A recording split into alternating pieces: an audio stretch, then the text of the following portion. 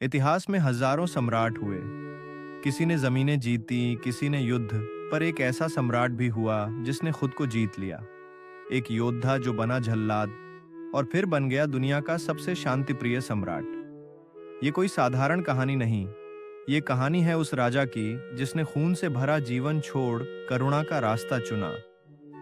ये कहानी है सम्राट अशोक की, भारत के सबसे बड़े रूपांतरण की, जहां एक राजा ने सत्ता को नहीं, आत्मा को अपनाया। अशोक का जन्म 304 ईसा पूर्व में पाटलिपुत्र, आज का पटना, में हुआ। पिता थे सम्राट बिंदुसार और दादा थे चंद्रगुप्त मौर्य, जिन्होंने चाणक्य के साथ मिलकर मौर्य वंश की नींव रखी थी। अशोक को छोटी उम्र से ही विद्या, रणनीति और युद्ध की गहरी शिक्षा दी गई। उन्हें चाणक्य नीति सिखाई गई। शत्रु को मारने से पहले उसकी सोच मारो। लेकिन राजमहल में अशोक को हमेशा पीछे रखा गया।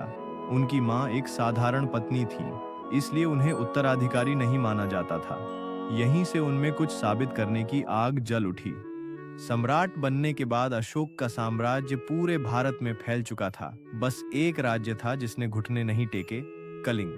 कलिंग, आज का उड़ीसा, एक आजाद राज्य था, न किसी का गुलाम, न झुका हुआ।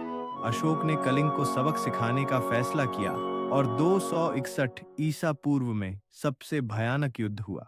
आंकड़े बताते हैं 1 लाख से अधिक लोग मारे गए, 1,05,000 बंदी बनाए गए, हजारों महिलाएं विधवा हो गईं, गांव जला दिए गए। लेकिन जब युद्ध खत्म हुआ, अशोक विजेता था, लेकिन वो हंस नहीं सका। एक पहाड़ी पर खड़े होकर वो चारों ओर देख रहा था। लाशें, चीखें, खामोश आंसू और खुद का खालीपन। कलिंग युद्ध के बाद अशोक की रातों की नींद उड़ गई थी। हर रात उसकी आंखों के सामने वही दृश्य आते, रोती हुई माएं, चिल्लाते बच्चे, खून से सना मैदान। वो खुद से घृणा करने लगा। क्या मैं सम्राट हूं या जल्लाद? इसी आत्म संघर्ष में एक दिन उनकी मुलाकात हुई एक बौद्ध भिक्षु उपगुप्त से। भिक्षु ने कहा, जिस युद्ध में कोई नहीं हारे वो है अपने भीतर का युद्ध। बस यहीं से अशोक ने सब कुछ त्याग दिया। तलवार, घमंड, सत्ता का अभिमान और अपना हृदय बुद्ध के चरणों में समर्पित कर दिया। अशोक अब एक नया सम्राट था, जिसका लक्ष्य था धम्म, यानी नैतिकता, करुणा और सेवा। उन्होंने करुणा आधारित शासन शुरू किया। जगह जगह अस्पताल खुलवाए, वन्य जीवों की रक्षा की सड़कों पर पेड़ लगवाए और कुएं खुदवाए, स्तंभों पर धम्म के उपदेश खुदवाए, जो आज भी भारत में पाए जाते हैं। उन्होंने बौद्ध भिक्षुओं को श्रीलंका, नेपाल, अफगानिस्तान, मिस्र तक भेजा। भारत से पहला आध्यात्मिक एक्सपोर्ट हुआ, शांति का संदेश। अशोक का अंतिम समय किसी युद्ध भूमि पर नहीं, किसी महल में नहीं, बल्कि एक शांत कुटिया में बीता, जहां न तलवार की आवाज थी, न सत्ता का घमंड, बस बुद्ध की वाणी, ध्यान की शांति और आत्मचिंतन का सन्नाटा। जिस सम्राट ने हजारों युद्धों की योजना बनाई थी, अब हर सुबह ध्यान में बैठता और हर शाम अपने राज्य के लोगों की भलाई के लिए प्रार्थना करता।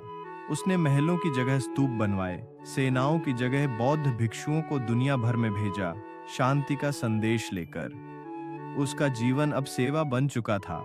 अस्पतालों की देख रेख, यात्रियों के लिए विश्राम स्थल, वन्य जीवों की रक्षा, किसानों की मदद, हर वर्ग के लिए कुछ न कुछ किया अशोक ने, क्योंकि अब वो सम्राट नहीं, सेवक बन चुका था।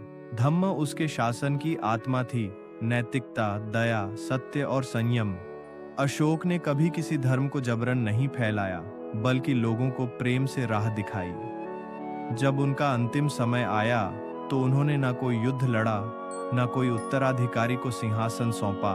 उन्होंने बस शांति छोड़ी और एक विचार कि मनुष्य की सबसे बड़ी जीत खुद पर विजय पाना है।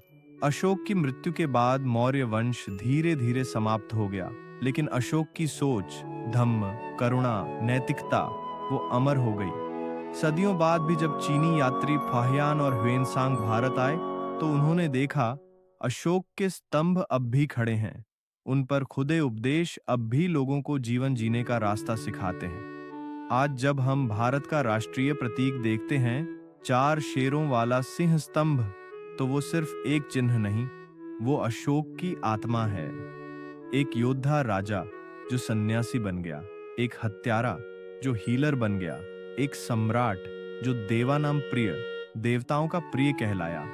और शायद इसलिए इतिहास उन्हें अशोक महान कहता है, क्योंकि उन्होंने केवल साम्राज्य नहीं जीता, बल्कि अपने भीतर के अंधकार को भी हराया और उजाले में बदल दिया।